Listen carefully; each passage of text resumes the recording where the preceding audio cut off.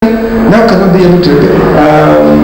At the last Federation account meeting, I heard that one state, I think they went with a peanut. Sure. So how can they survive? They are given bailout. They couldn't survive with the bailout. They couldn't survive. What happened? Because hitherto they were not living based on their means. They were living above their means. They were living in anticipation of a rosy life on a sustainable basis. And that rosy life suddenly fades off with a reduction in price of crude oil, which implies a reduction in the money that will be shared from the Federation account. When the price was $100 plus, there was an attempt to create what is called the excess crude account. Those states were the ones that were very heavily against it.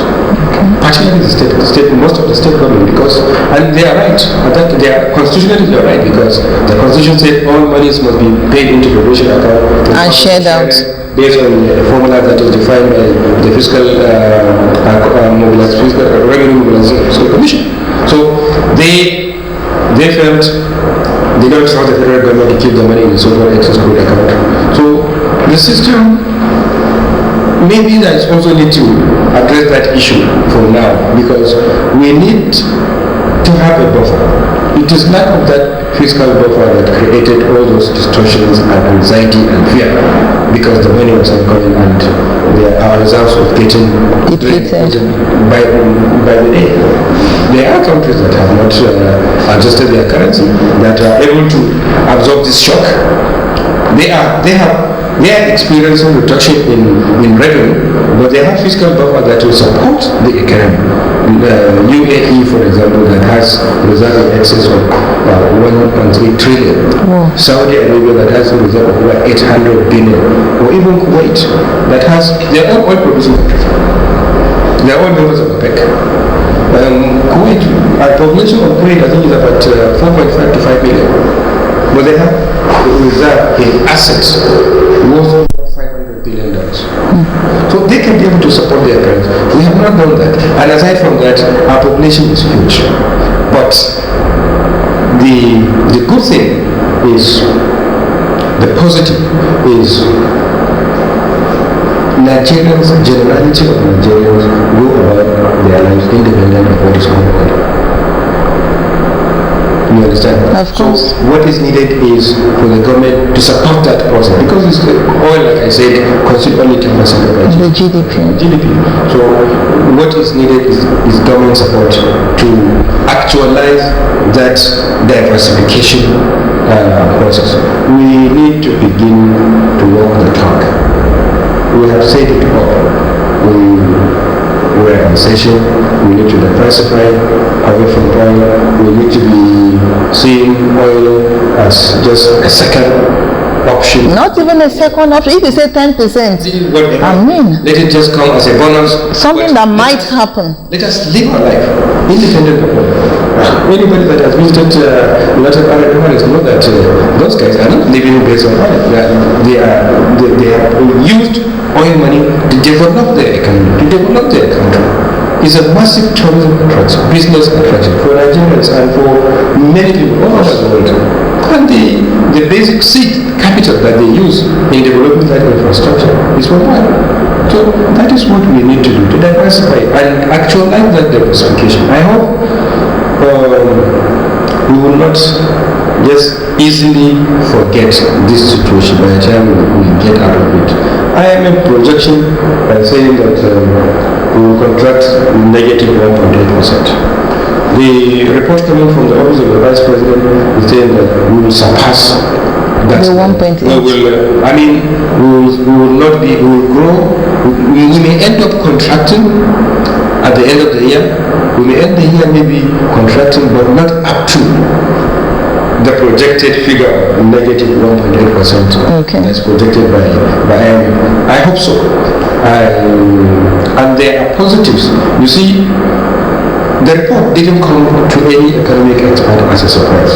Okay. We know that is what we are expecting. we know that is what we get. Even the Honorable Minister of Finance, a month or two back, she informed the National Assembly that we were technically in recession. Officially, we were not, because the official data is supposed to come from the National Bureau of Statistics. Okay. It just released now. So, looking to talk is important, and it's also important to act and act very fast, because if you look at the data brought out, it's not just about the GDP. Look at the data on unemployment. It has consistently been going up.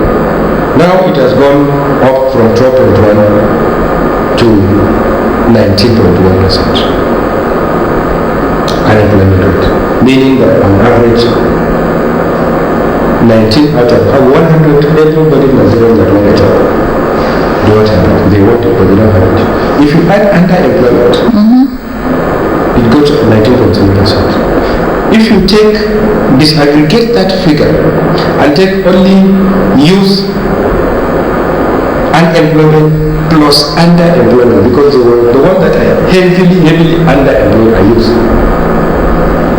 Youth unemployment and underemployment is about 45%.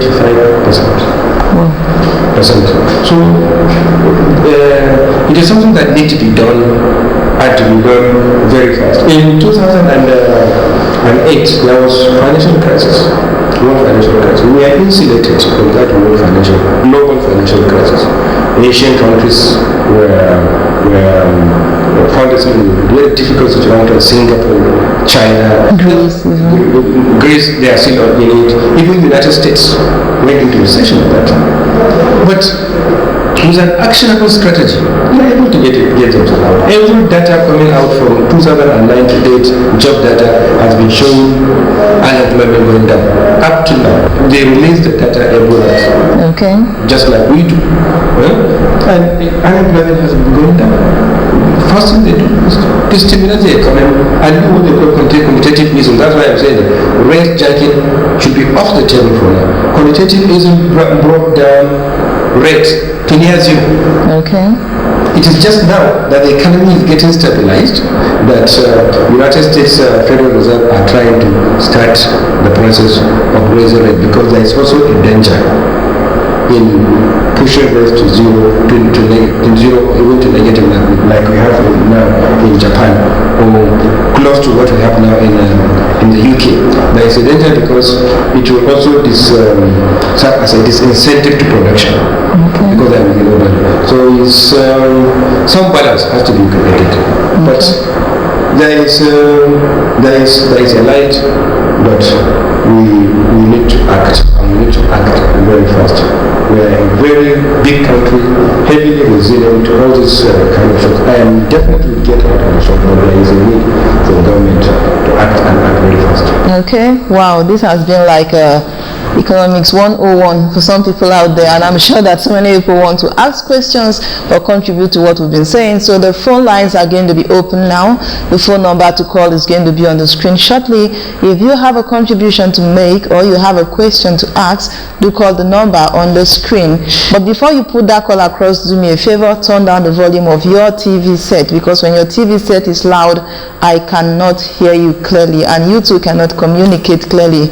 So the number to call is on the screen if you want to ask anything about the recession from the experts we have in the house, or if you want to contribute something you know about the economic recession that we have been discussing, feel free to call the numbers on the line. Now, before the calls come in, just quickly, some people are of the opinion that we have said so much about monies that have been recovered from ghost workers, monies that have been saved by doing one thing or the other, all the economic policies that have been put in place, and even looted funds that have been returned, that all of this money put together should be injected back into the economy. What do you think? We'll answer that after this call. Hello? Okay, we've lost that caller, so please go ahead. Do you think the answer to the problem is to invest all the monies that have been recovered so far back into the economy? There is no alternative to doing that. In fact, it's one of the easiest windows, because this money is free. Basically, it's government money coming back. So if you have looted money, the extent of what you have will help in reducing the extent of your deficit financing. You don't need to borrow. And I think it's a big window as well of getting money, and this money belongs to government anyway. Okay, so we have this caller. All right, we've lost that call. Please do feel free to keep calling into the program, and if you've called, I didn't take your call, you could just call back so that you get to contribute to the discussion. Of course, the recession, as we've been told, is here, and if you need to know anything about what you think you can do to cope, do well to call. Hello. Hello. Good afternoon. Yeah, my name is. Please do turn down the volume of your TV.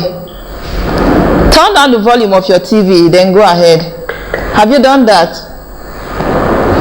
Hello? Okay, we've lost that caller. Turn down the volume before you call in. Hello? Hello? We've lost that caller again. Well, the program is Impact on ITV. I sincerely do appeal to you that before you place your call across, turn down the volume of your TV set. If I can't hear you and you can't hear me, then there was no point in placing that call. So before you call into the program, do well to make sure that your volume is really low so that we can communicate effectively. The topic has been understanding the recession and how to cope. So if you have questions about the recession, you can call into the program. Hello. Hello, good afternoon. Yeah, good afternoon. Can you hear me? Of course I can. What's your name and where are you calling from? I'm calling from Abuja. My name is Abraham. Okay, Abraham, go ahead, make your contribution. Yes, I just want to ask a question. You know, the issue of this fuel increase has been a concern to me. I want to know if it's part of the recession we are suffering through. Okay. All right. Because, it's amazing. I've been watching your program and other networks. Nobody's talking about the fuel increment. Okay. It's really crazy. How you probably you're living from, maybe you're staying in Cuba, getting to central area. You know, you should have nothing less than 2,000-3,000 naira fuel in your tank. How much do you make a day? I mean, it's unbearable. How much do you make a day? So, that's what I want to ask. Is the fuel issue not a concern to Nigeria? Okay. Because we're told that with the increment, that after a few months we will experience, you know, even the buying fuel for say less than even 60 naira. But fuel has been, you know, it has been the way it is from the time that the hike the whole thing. Okay, no problem. So and everything is increasing. Thank you. All right, thanks for calling. He will answer your question, but first I think we should take like one other question, so we just handle both at once. Okay. All right, we have another caller on the line. Let's see if we can take this call. Hello. Hello. Yes, good afternoon. Fine. Can you just turn down the volume of your TV set?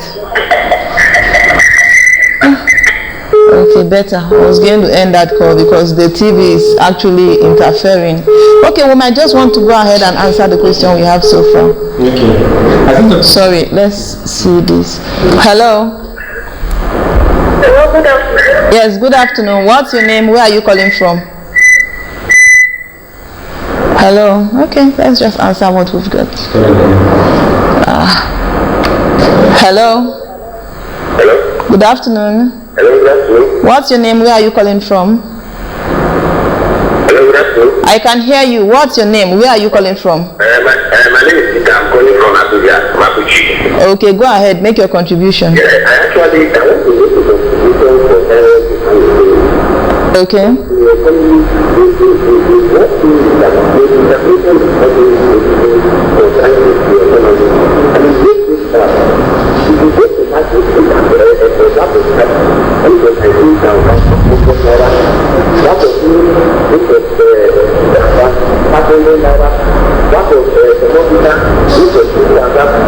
I don't want to tell you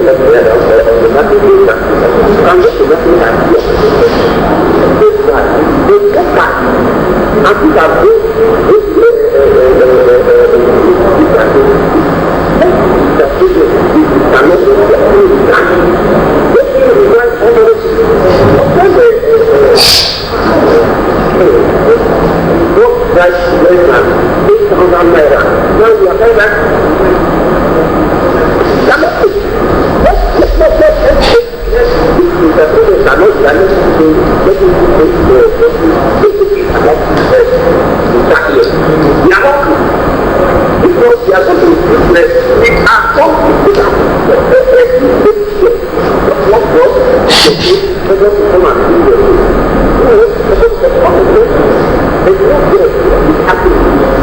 Okay, thank you so much. I think we've gotten your point. All right, we've gotten your point. I'll have to cut you off at this point. Okay, I think the basic message is passing across. You got him right. Hello? Yes, good afternoon. Okay, please. Yes, I can hear you. Okay, go ahead. Like I was saying, look at Leader of Brazil now, go for 300 naira. Okay. Look at the increase in fuel price, nothing is going on. He told us that in 3 months time that we have to buy less than 50 naira. If you go to our NNPC now, they are selling above the 109 naira. It's not a common naira. Okay, thank you. Thank you. We'll have to cut you off, please, so that my guests can respond quickly to other questions. Your point has been noted. I'm urging you, you are in media, I'm urging you to go to President Kabila. That is noted, please. I'll do that. Okay, I'll do that. Thank you. Okay, please, I think we should just respond because our time is almost up. Yeah, I think basically the two questions or observations have some kind of relationship. Okay. It goes about talking about the cost of price of goods and services in the market, quickly linked with the fuel prices, and whether it has direct bearing with